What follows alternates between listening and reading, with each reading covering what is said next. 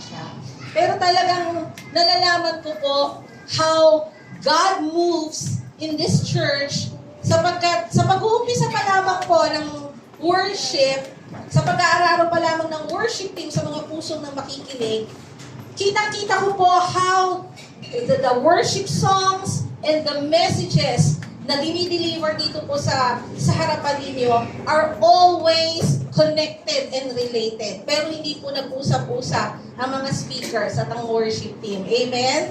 Amen? So, I believe na naararo na po ang inyong mga puso sa pag-umpisa pa lamang ng ating pagpupuri. So, today, i-congratulate niyo muna yung mga sarili. Congratulations! Sabi ko. Yung with conviction, congratulations! Bakit? Kasi huling linggo ng taon at pinili ninyo na umalo ng gawain ng Panginoon. Amen? Thank you, Lord. Okay, mga kapatid, for some, ang 2024 po is a year of breakthrough. Totoo po ba? Meron po ba dito na feel niya na yung taon niya na 2024, ang dami niyang mga kamangha-manghang tagumpay, mga pagpapala na buumapaw. Meron po ba? Amen. Parang hindi ko na itutuloy yung susunod. Kasi lahat pala pinagpala, no? Kasi naman, it is this year talaga na when our prayers have been answered. Marami po ba tayong answered prayers? Amen. Sigurado sa financial provision. Ano pa? Yung mga various prayers na katulad ng trabaho, nabigyan tayo ng negosyo. Siguro may negosyo na dito. Nakaranas ng promotions. And maybe, no? Sabi mo, Lord, the battle is yours, not mine. Give me justice from my oppressors. Baka nakaranas na rin kayo na hustisya ng Panginoon. You've been vindicated this year. Amen po ba? Amen. Pero sa iba naman po, sana wala sa NLA yan, ano? Sa iba naman po, 2024 is a year of trials. Oh, meron ba? 2020, may gumagana. 2024, ayaw mag-amen gumagana. Pero kita ko naman daw. 2024 is a year of challenges. Ano ba? Difficulties, disappointments. Meron po ba? Pero alam nyo, no, New Year gives us a sense of fresh start. Totoo po ba sa atin yan? Kapag pumapasok ang bagong taon, darating pa lang, nararamdaman na natin na this is going to be a fresh start, a new beginning, and we become hopeful.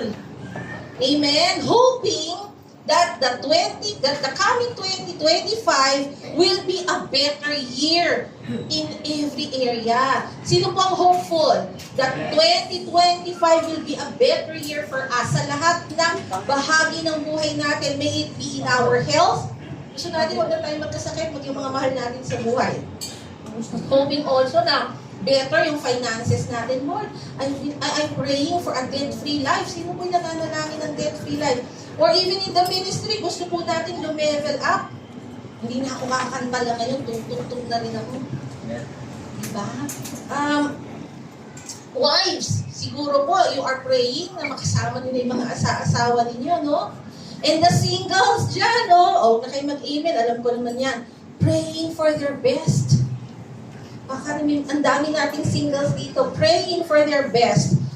For the couples also, they're praying also and hopeful that they will have a stronger, better relationship sa mga partners nila, sa asawa nila, sa boyfriend nila, sa girlfriend nila, di ba? Yung iba naman, dahil napakaraming pinagdaanan na yung taon, mega na, negative na, pessimistic na, ayaw na umasa. Paano ka naman naasa kung mag-YouTube ka? Yung napapanood mo, kaguluhan, di ba? Maliban na lang kapag si OG Diaz ang pinapanood mo, nalilibang ka. Other than that, sino pa bang aasa? News of the end times here and there, no? Sino yung makinig ng balita, mahilig mag-update, na parating ka na ba, Panginoon? May announcement na ba? Parating ka na ba? Pabalik ka na ba? So some may fear the coming year. Baka ngayon, no? konting araw na lang, 2025 na, and you are in fear.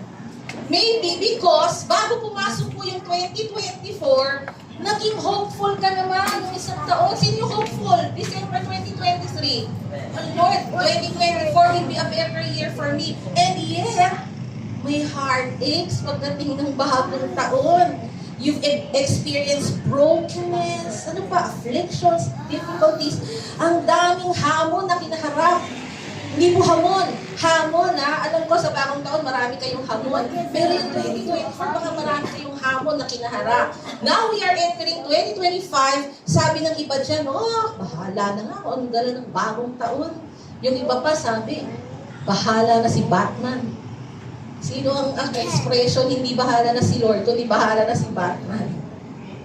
So whatever you went through this year, sa totoo lang kapatid, hindi ka naman mauubusan ng pagpapasalamat sa Panginoon eh. Amen po ba? Yes. Kung hindi ka nagpapasalamat, paalala ko sa iyo, buhay na buhay ka for the past 12 months. Hanggang ngayon, buhay ka, humihinga ka.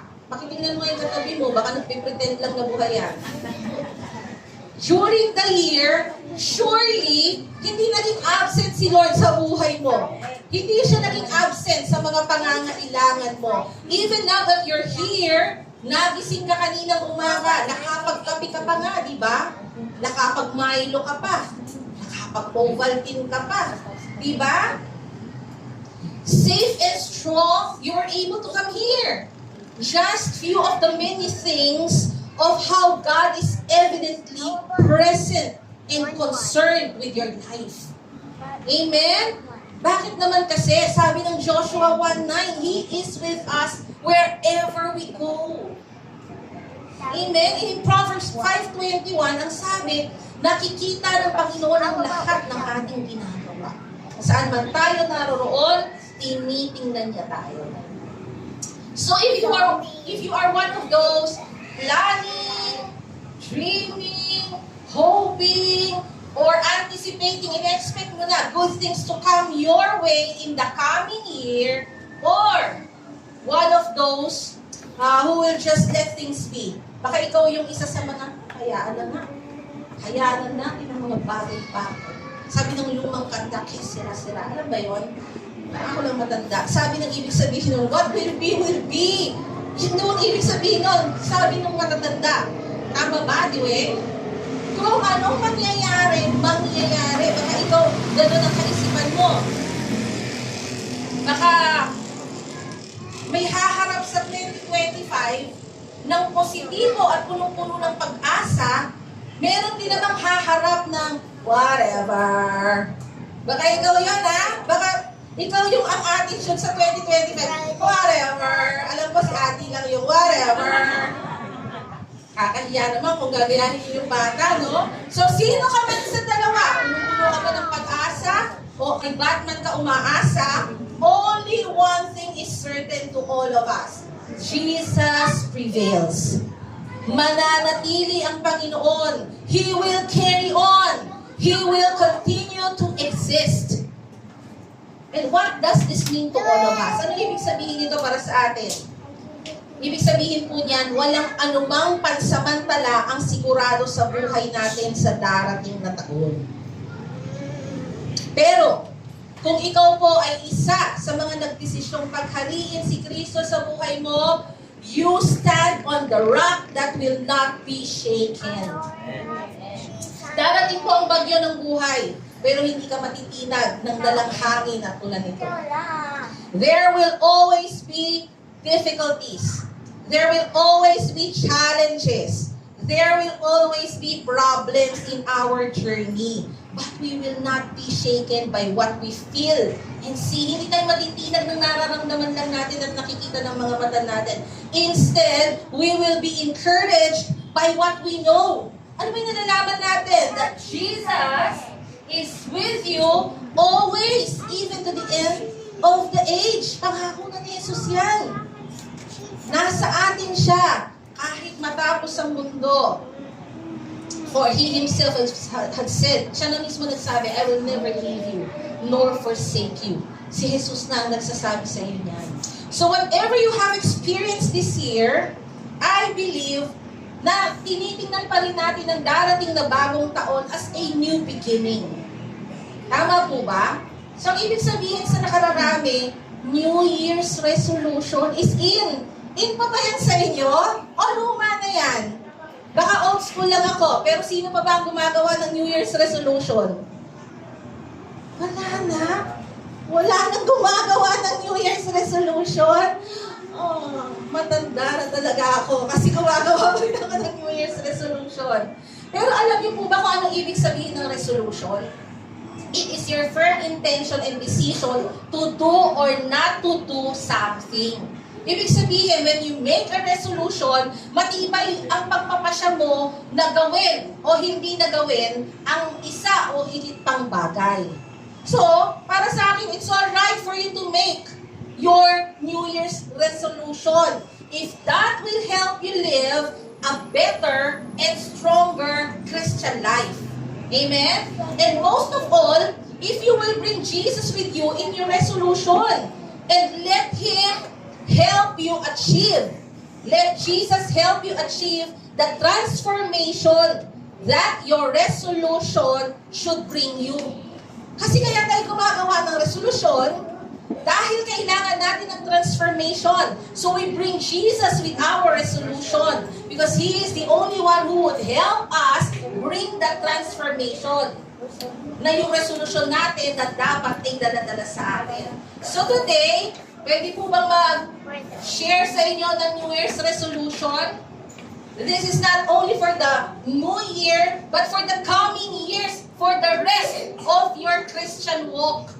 Ibig sabihin, ito yung resolution ng bawat mananampalataya, hindi lamang tuwing papasok ang bagong taon, kundi this is your resolution for the rest of your Christian walk. Hanggat sinasabi mong ikaw ay mananampalataya, this is your resolution.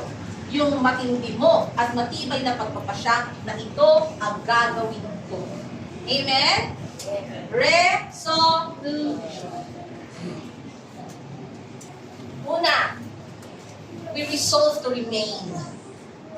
Remain. Pag sinabi pong remain, ibig sabihin yan, manatili. To continue, to abide. Alam nyo, sa usapin kung tayo ba ay para sa Panginoon, ang iba, dumedepende po sa sitwasyon ng buhay. Kung oo naman, Lord, or hindi muna, Lord. Sino kaya yung oo naman, Lord, o hindi naman muna, Lord? Kaya meron pong theme song nakakarami. Gusto niyo bang kantahan ko kayo? Parang ayaw nyo, gusto ko. Ewan ko kung alam nyo to. This is a song from 10 years ago. 10 years ago lang. Pero banda ang kumanta nito. Silent Sanctuary ang kumanta. Hindi Christian band, pero gusto ko yung umpisa dahil swak na swak sa mga dumedepende sa sitwasyon ng buhay nila kung sila ay para sa Lord. Ito na yun, makinig kayo. Maikli lang to kasi pag mahaba, sisingilin ko na kayo. Sabi niya, sana mag-gets ko, no? Sabi ng theme song ng mga dumidepende sa sitwasyon. Nakatingin siya na ako na ilang. Sabi, minsan oo, minsan hindi. Ayun.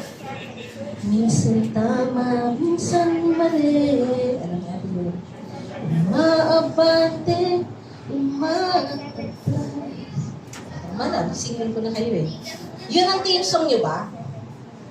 Ay, wala. Very good. Because our circumstances must not dictate our yes to the Lord. Hindi dapat minsan oo, minsan hindi. Dapat laging oo. Hindi pwedeng minsan tama o minsan mali. Dapat laging tama. Hindi rin pwedeng umaatras. Dapat laging kaabante. So we must continue in the Lord no matter what we are facing or what we are going through. Remain in the Lord and keep in mind and heart that we only need God. We only need God in good times and bad times. Ang Diyos lang kailangan natin kahit pangit ang sitwasyon mo, kahit maganda ang sitwasyon mo, isama mo pa rin ang Panginoon, wag mong suluhin. We need God in our highs and lows. Kapag tayo po ay nababagabag, we need Him. Pero kung hindi naman, we are confident, we still need Him. Even in our winning and losing, we need only God. Ibig sabihin, kapatid, sa lahat ng sitwasyon mo, ang Diyos lang ang kailangan mo. Bakit? Bakit po? Because only God can and only God will turn our afflictions into blessing. Kahit nasaktan ka, babalik na rin ang Panginoon yan. He will turn it into blessing. Remember that all things work together for good for those who love God and for those who are called according to His purpose. Kung ikaw yan, kapatid, kahit pa yan affliction, He can turn that and He will turn that into blessing. Only God can and only God will turn our failures into victory. Talunan ka ngayon, kayang balik ka rin ng Panginoon yan. Sabi niya, in this world, you will have tribulation. But take courage. Because I have overcome the world. Nadaig ka ng Panginoon ng mundo. You are already victorious. You are more than conqueror. Di ba sabi ng series natin ng isang taon early this year? More than conquerors. Di ba? Tayo po'y higit pa sa mananagumpay. And only God can and only God will turn our setbacks into breakthroughs. Kaya po, yung mga palagay natin sa buhay natin na walang improvement, parang puro ang nangyayari sa buhay. No. He can turn your setbacks into breakthroughs. Darating ang pambihirang tagumpay sa buhay natin. Kaya sabi ni Jesus in John 15:4, remain in me as I also remain in you. It is a direct command from Jesus. Talagang siya po ang nag-utos niya that you remain in Him. So, as He is, will remain in you. Kung tayo po ay mananatili sa Panginoon, gayon din siya mananatili sa atin. So, we resolve to remain in Him because only Jesus gives life. Ang buhay na inaasam mo, ang buhay na kailangan mo. Si Jesus lang ang may kapangyarihang magbigay. Our fruitfulness is in abiding in our dependence on the Lord Jesus. Ang ating pong pamumunga ay nakadepende sa ating pong pananatili sa Kanya, nakadepende po sa ating pagtitiwala sa Panginoon. Do you want to be fruitful? Remain. Walang may gustong mamunga kung si Kuya Eskoy. Do you want to be fruitful this year, this coming year? Amen. Then remain in the Lord Jesus. Amen? Amen. So, punta tayo sa next resolution which is soak. Ang ibig kong sabihin ng soak is magbabad. Sa English po, be immersed to become saturated. Soak is to become saturated. Alam niyo po ba ang ibig sabihin ng saturated? Ito, ang ibig kong sabihin, to be completely filled with something so that no more can be added. Ang saturated po ay ganap na puno at hindi na kailangan dagdagan. Ang Tagalog po ang maganda ng saturated, puspos. Amen? Amen? Sabi po ng 1 Corinthians 6:19, we are the temple of the Holy Spirit. Sino po naniniwala dito? Nananahan ang banal na spirito sa kanyang katawan. Amen? Sabi ng Biblia, our body is the temple of the Holy Spirit. So, sabi pa nga niya, you are not your own. Nung isinuko natin ang ating mga buhay sa Panginoon, hindi na natin pag-aari ang ating mga sarili. Because we have already denied ourselves. We are dead in Christ. And then we are alive with Him. Kaya we are a new creation. Amen? And dahil bago tayong nilalang, the Holy Spirit dwells in us. Kaya nga, we soak to be saturated. Magbababad tayo sa presensya ng banal na Espiritu para maging lubos po ang ating pagiging puspos sa mga bagay patungkol sa Panginoon. At mawala na po ng puwang. Ano ang hindi natin bibigyan ng puwang sa buhay natin? Ang paggawa, ang pagsasalita, at ang pag-iisip ng masama at kasalanan. Kasi saturated na tayo eh. Puspos na tayo na hindi na kailangan dagdagan pa. Puspos tayo ng banal na Espiritu. Ibig sabihin, wala nang puwang ang kasalanan sa buhay dapat natin. Hindi lamang sa paggawa, kundi sa pagsasalita. Even in thoughts, hindi na natin bibigyan ng puwang ang kasamaan at ang kasalanan. Hindi naman po kasi kalooban ng Panginoon na mahadlangan ang pagkilos ng banal na spirito sa mga buhay natin. Hindi po niya hahadlangan at hindi niya gusto. Hindi niya kalooban na mahadlangan ang pagkilos ng Holy Spirit. In 1 Thessalonians 5:19, it says, "Do not quench the Spirit." Ibig sabihin, huwag po nating patayin ang alab ng Spirito sa buhay natin. Huwag nating pababayaan na hindi tayo puspos ng banal na Spirito. Instead, in Ephesians 5:18, it says, "Be filled with the Holy Spirit." Mapuspos ka ng banal na Spirito. Ano ibig sabihin po nito? To be filled with God's Spirit is to keep trusting God with your life and keep obeying Him and resist the desires of the flesh. Ano ba yung desires ng flesh natin? Wala namang ibang nais ang laman natin kung kasalanan, di ba? Pero kapag tayo ay filled with the Holy Spirit, sabi ng Galatians 5:16, but I say, walk by the Spirit, and you will not gratify the desires of the flesh. Hindi po natin mabibigyan ng kasiyahan ang tawag ng laman sa kasalanan kung tayo po ay puspos ng banal na spirito. So we resolve to soak in God's presence, for only in His Spirit shall we find help, freedom, wisdom, and revelation to live in constant faith and obedience to the Lord. And, syempre, the nourishment we need, the spiritual nourishment we need to bear fruit. Yun ang kailangan natin. Bakit natin kailangan mag-bear ng fruit? Let's go to the next point, which is illuminate. That's your next resolution, illuminate. When we say illuminate, ibig po sabihin yan is magliwanag. Light up, shine. In Matthew 5:16, sabi po, let your light so shine before men so that they may see your good works and glorify your Father which is in heaven. Let your light so shine before men. God wants us to bear the fruit of the Spirit. Sino pong memorize ang fruit of the Spirit? Ano po ba ang bunga ng Spirito?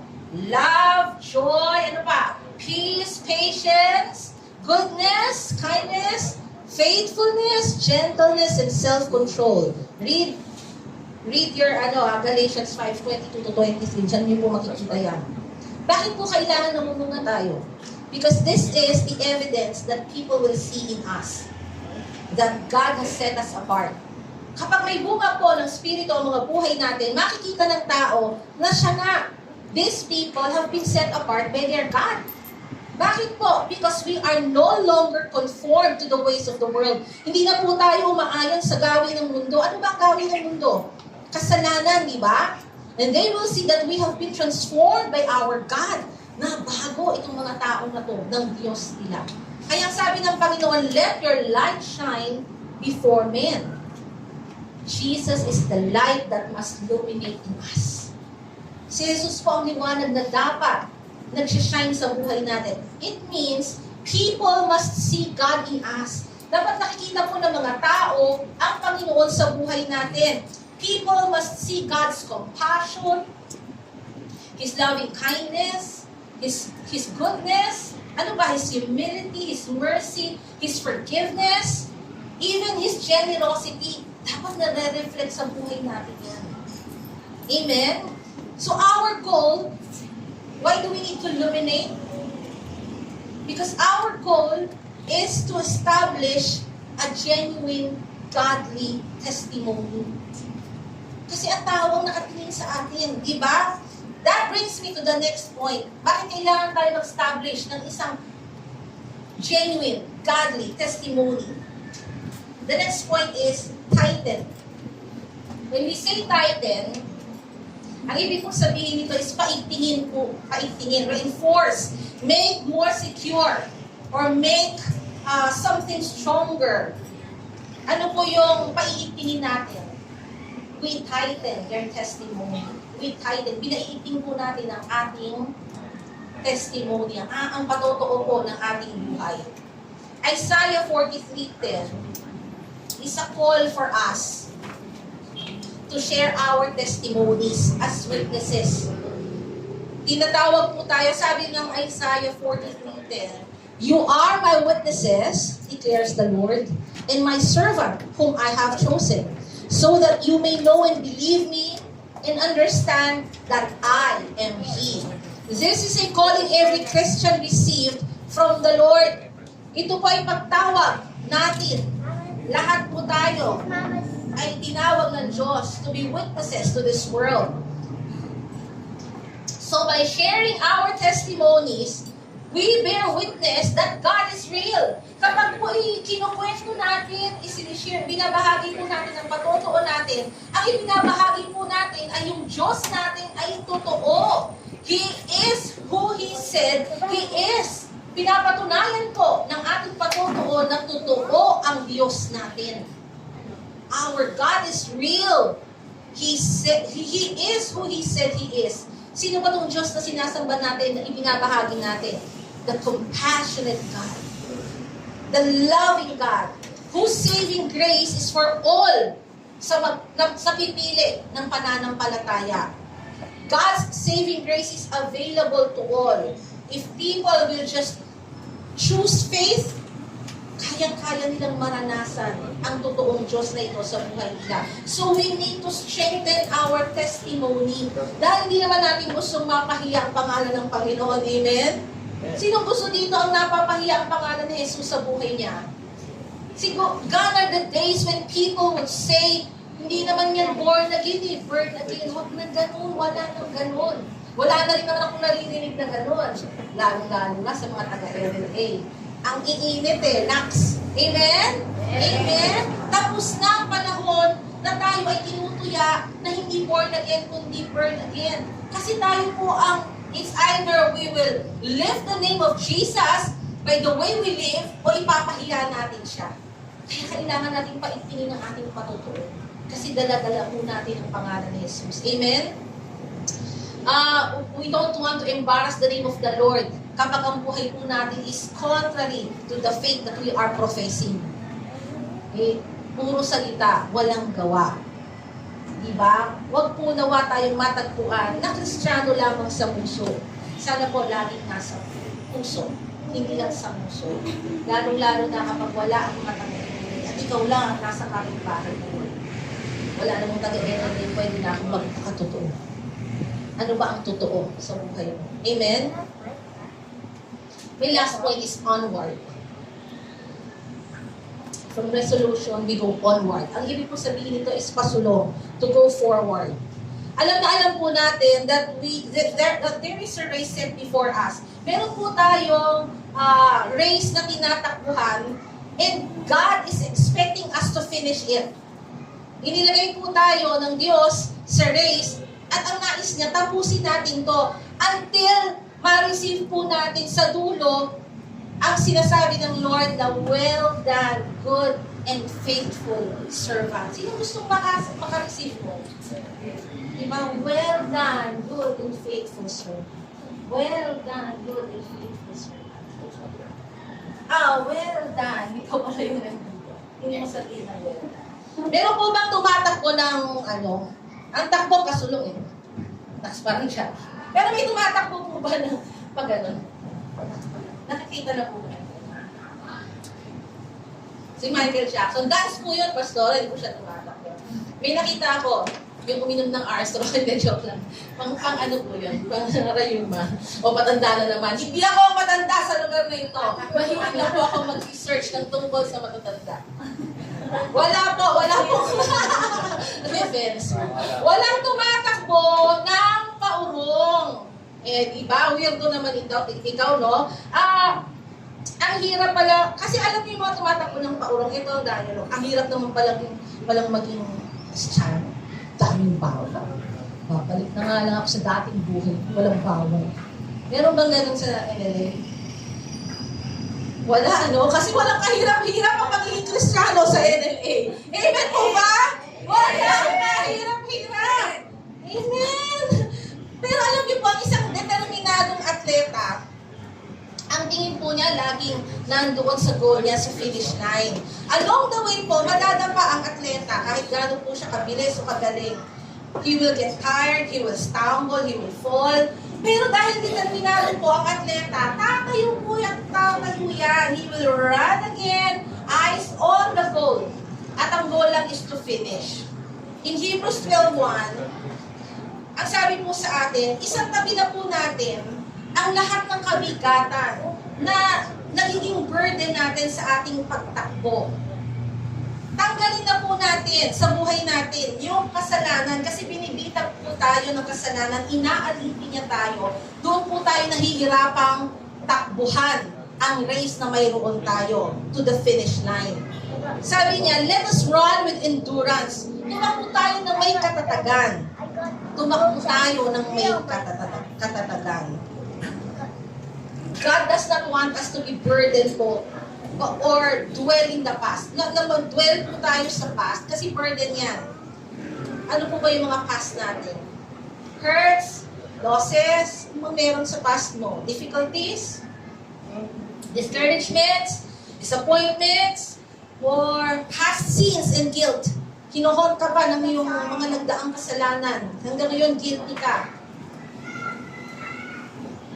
Ayaw po ng Diyos na tayo ay maburden sa mga bagay na ito, sa ating pagtakbo. Ang hirap pong tumakbo kapag meron po tayong binibet. Amen po ba? But God wants us to look forward to the new things that God has prepared for us. Alam niyo, nakakatuwa kasi sa pag-umpisa po natin kanina, binigyan na po tayo ng encouragement ni Ate Nadine sa verse na binasa niya. Because indeed, God has wonderful promises that He wants us to look forward to. Doon po tayo gusto ng Diyos na nakatingin sa mga pangako niya. The race is not easy. Hindi mo po talaga madali ang mabuhay sa mundo. Di ba?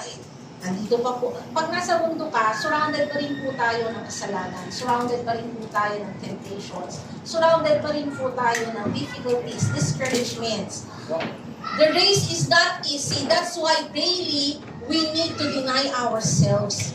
Kailangan po i-deny natin yung ating mga nais. We need daily to decide to live in complete trust and go onward. Decision po yan kung susulong ka o susuko ka na. Whatever comes your way, it is your decision. God has given us a free will. Decision mo yan, kapatid. Kung magpapatuloy ka sa Panginoon o aayaw ka na. Pero sabi ng James 1:3, count it all joy when you fall into various trials. Ang dami ng trials, magdiriwang ka po rin. Sabi niya, when you fall, hindi if you fall. If you fall, baka sakali lang. Pero when you fall, ibig sabihin, expect it. Expect trials. Kasi gusto ng Lord na mag-produce sa'yo yung faith mo. Sabi niya, knowing that the testing of your faith produces patience. Yung mga trials pala is a testing sa iyong pananampalataya. At hindi mo namamalayan kay haba-haba na ng pasensya mo. You endure na already. Hindi mo namamalayan na i-endure mo na ang lahat. So sabi ng Proverbs 4:25, let your eyes look directly forward and your gaze be straight before you. Yung sinasabi natin kanina, hindi na tayo titingin. Alam niyo ang maganda dito, bakit sinasabi ng Panginoon, let our gaze be straight before us. Gusto kasi ng Panginoon sa Kanya tayo nakatingin. Huwag po natin idepende ang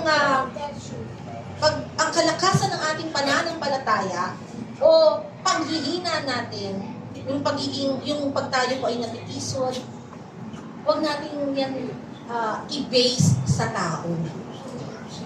Huwag po tayong titingin sa tao na dahil si sister, ang lakas ng faith, lalakas din yung faith ko. Dahil si sister, nasa panahon ng taglamig, manlalamig din muna ako. Si sister o si brother dapat nang umaalalay sa akin eh. Bakit wala siya? Natisod kami. Kasi hindi tayo nakatingin sa Panginoon. Hindi straightforward ang ating tinitingnan. Kundi, kapatid, I tell you, people will disappoint us. People will fail us.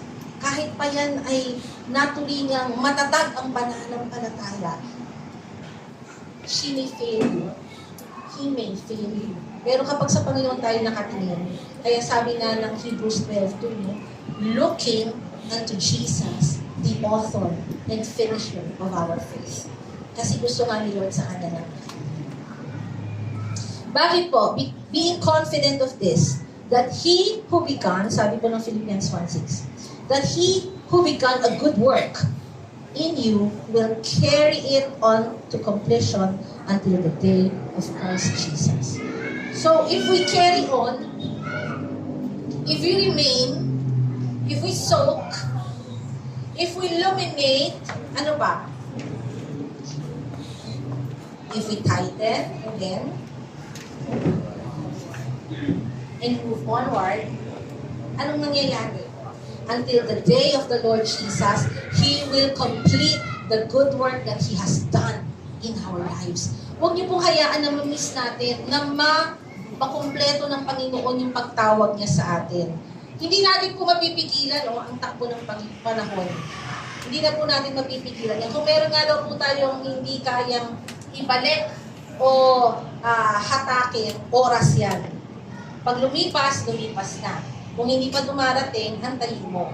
Kaya wala po tayong mapipigilan sa takbo ng panahon. Hindi na rin po natin mapipigilan ang samot-saring karanasan na mapagdadaanan natin sa darating na taon. Marami pa. Marami pa. But we can decide how to live in the coming days.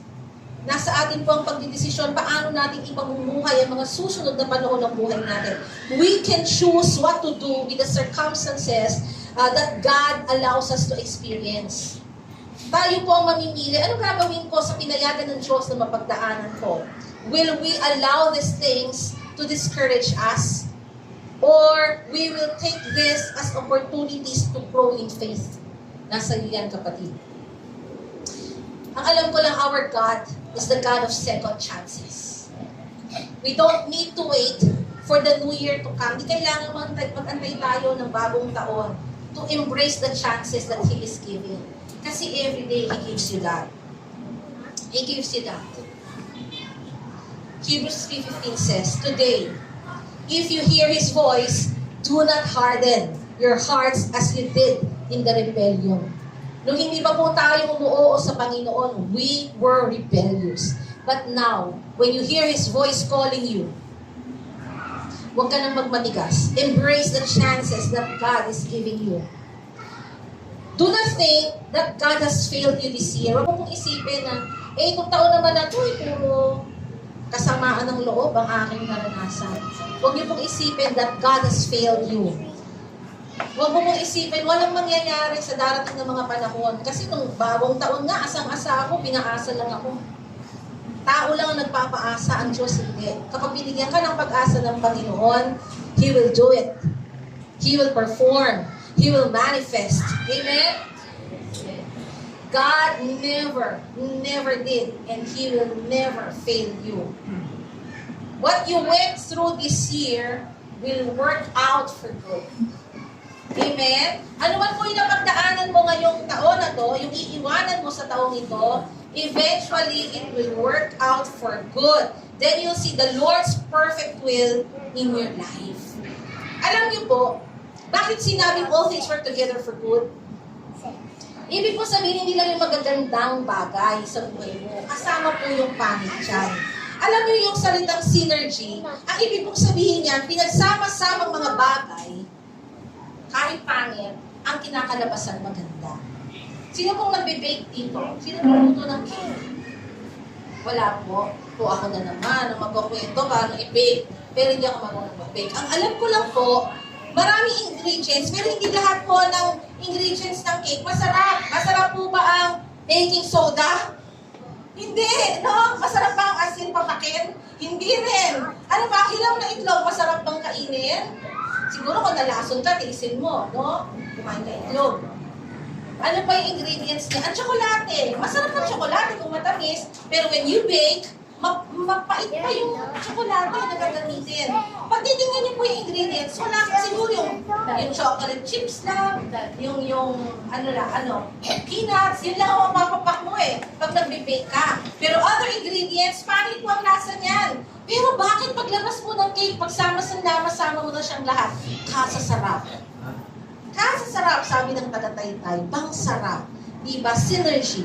So, ibig sabihin, kahit pangit po ang maraming bagay sa taong ito, naiiwanan mo ang natuto ng bagong taon. If you will choose Jesus in your life, ha? Sinasabi ko sa inyo, gaganda lang ang buhay nyo kung si Kristo ang pipiliin. Without Christ, you are nothing. Kung gusto mo makabangon sa kinasasatlakan mo ngayon, si Kristo ang unahin. Amen po ba? Now, if you think you have failed Him this year, ang inisip mo naman, binigo ko ang Panginoon. Alam nyo ang tao, pagka feeling niya, binigo niya ang Panginoon at guilty siya, lalong hindi lumalapit sa Panginoon. For so many years, I have witnessed, kapag ang isang mananampalataya, kung kailan siya may problema, tsaka siya uma-absent. Kung kailan may dinaramdam siya, tsaka siya mag-a-absent ng gawain. Kasi magagaling muna niya yung puso niya nasaktan. Hindi niya naiisip na mas masakit ang napagdadaanan, mas mabigat, mas lalong dumalo. Sapagkat sa lugar na ito, kung sasamba ang tao sa Panginoon, ang mananampalataya ay sasamba sa Panginoon, doon kikilos ang Diyos, may gagawin sa buhay niya, may gagawin sa sitwasyon niya. Diba? Hindi ko po sinasabi kaya kayo present, dahil may kabigatan kayo. Hindi po, kaya mga congratulations eh. Kasi uling Sunday, pinili pa rin. Diba? So if you think that you have failed Him this year, ikaw naman ang humingo sa Panginoon, let today be a new beginning to start anew. Itong araw na ito, paglabas mo sa lugar na ito, akinin mo that this is a beginning, a fresh anointing. Fresh anointing will come. Fresh revelations will come. Kasi ito yung nais ng Diyos sa buhay mo eh. Na magkaroon ka ng revelations, ng anointing, di ba? God desires this to us. Binasa na po ni Ate Nadine yung verse, sabi ng Isaiah 43:18-19, do not remember the former things, nor consider the things of old. Behold, I will do a new thing. Now it shall spring forth. Shall you not know it? I will even make a road in the wilderness and rivers in the desert. Ang gandang pangako nito. Only Jesus has the power to make things new. Ang Panginoong Yesus lang may kakayanan na baguhin ang lahat sa buhay natin. So today, as your new beginning, choose whom you will serve. Ngayon pa lang kapatid, hindi ka pa lumalabas. Isipin mo na, sino ang paglilingkod mo? Choose this day to whom you will offer your life. Ngayon pa lang, hindi ka pa lumalabas ng lugar na ito. Piliin mo na, kanino mo isusuko ang buhay mo. But I want to tell you, walang talo sa nagtitiwala sa Panginoon. At walang panalo sa tumatalikod sa Kanya. Let us press on. Let us fight the good fight of faith and keep it. Sulong tayo mga kapatid. Ipaglaban natin ang pananampalataya at panghawakan natin. Diba? So everyone, let us face the new year with an increased faith, renewed strength, to serve the Lord and hopefulness. Amen? Amen? Amen? Gusto niyo po bang harapin ang bagong taon with increased faith, with renewed strength, and hopefulness? Choose Jesus. Amen? Amen? Pwede po ba tayong tumayo lahat?